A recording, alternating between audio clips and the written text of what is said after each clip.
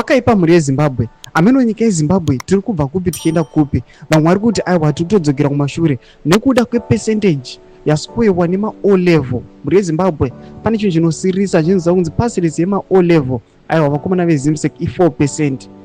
Achipiri mushe sambe namashuka buda nyonga muzara nhasi kuti bva subscribe like kuti on the bell like kuti ipinda upo chiona posta this picture amuri kuona unyora achiti this is Mnangagwa's legacy.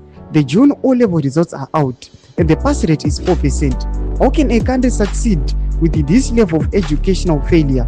Note that schools have no books, no internet, and teachers are paid peanuts, and there are 20-hour electricity blackouts.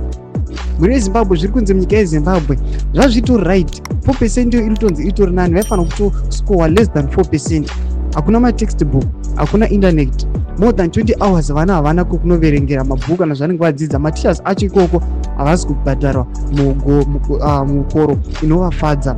Zvazvanzi aiwa vana ve-O level vascore 4%.